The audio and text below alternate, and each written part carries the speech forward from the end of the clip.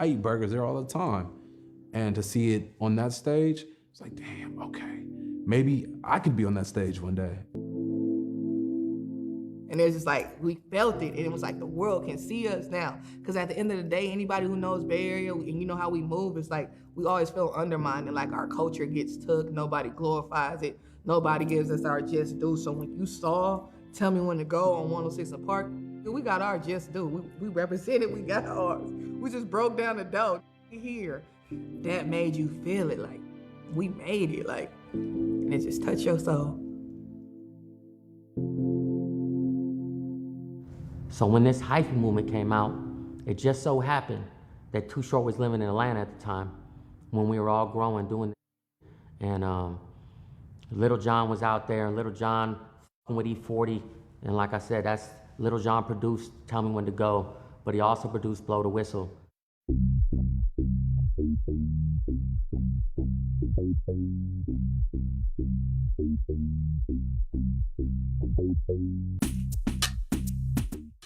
Blow the Whistle, I remember verbatim because I was living in it. So it's like, you can't, I don't know, you can't even express the energy you felt. That's when the world started recognizing, like, all right, y'all doing something over there. Like, what is that going on over there? Like, they turned up. And it was just a part of the culture at that time. And it just became a big thing that still shocks the world and the cultures today.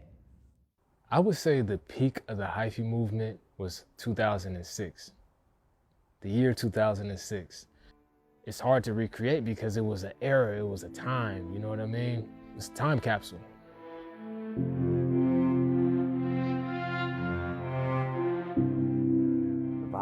The vibe was amazing, you know, living without a care. It wasn't no, we put music to it, but it wasn't about music. We was just rapping our lives, man. That's what was going on. This what it was. It was love. It was everything. It was the microcosm of the hippies. You know, summer 2006.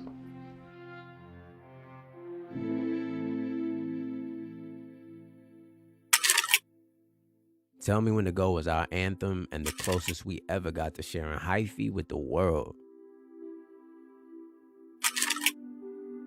Regardless of whether the world understood hyphy or not, we did, and it changed us forever.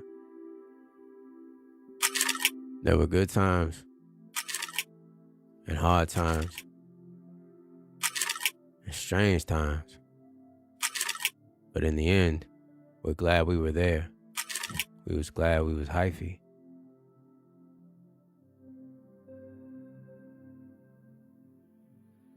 That was the era when we were the most unified. Like, that's when everybody was on one accord, riding. We needed this little moment of fun again, because it was so grimy and gutter, and we celebrating each other, we celebrating life. Those little brief moments of, we in here, we made it.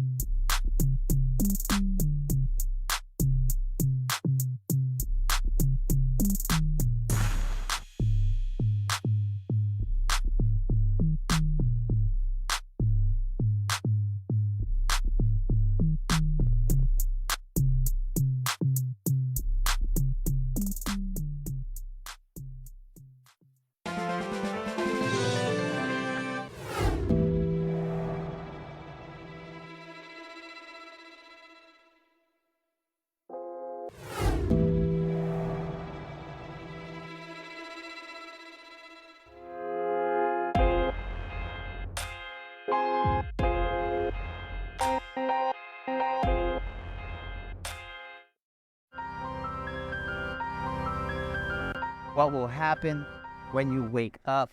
When we break through stereotypes. There was some pride knowing we were different. When passion is contagious. I'm not giving up hope. I'm not giving up hope. We can break the mold. My generation, we're next up. Next is going to be our world.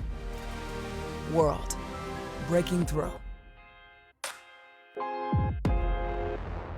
Welcome to Laura Flanders and Friends, the place where the people who say it can't be done take a back seat to the people who are doing it. This is how change happens in this country, when vast numbers of people come together and defend a vision of the future. If we do nothing, we'll be looking at apartheid in America. Learning about the past has really no value if you're not going to apply it for a better future.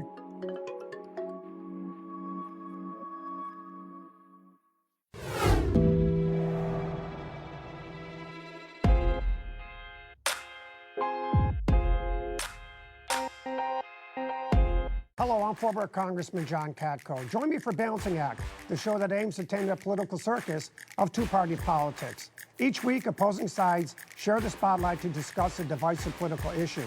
No ranting, just reason. Balancing Act with John Katko, Saturdays at 6 p.m. and Sundays at 4 p.m. on World. Artist Peter Bradley paints every day. Every canvas is a new battle, and if I've got to paint, I'm going to win the battle. Inspired by music, color, and nature. When I was in New York City and was painting, of course there were white artists that despised black people, and they really despised me.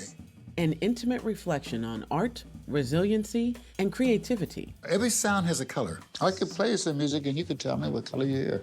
It's simple. With Peter Bradley on Local USA.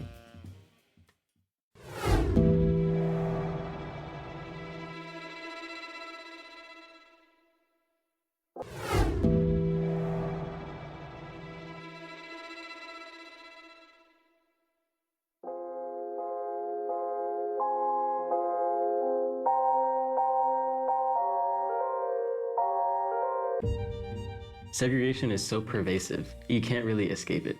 The scenery of neighborhoods change as you drive from, mile to mile. Chicago, one of America's many cities struggling with segregated neighborhoods. Not getting any support from the neighborhood. They see the business, they see we're open. They're not coming in. They view this place as dangerous because it's black people coming here. How do you unite a segregated city? From WTTW, firsthand segregation on Local USA.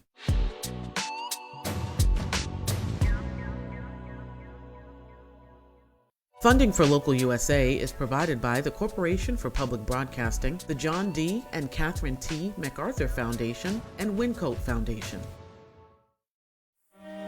Rashad Bailey's restaurant is in a mostly white neighborhood in Chicago. Now his business is getting threats from his neighbors. Sometimes it's subtle, sometimes openly racist. Know how to make waffles? Come on. So, this episode of Cribs. I'm Rashad Bailey, this is my house. It's all the magic happens. The boom boom room. I've been an entrepreneur my whole life.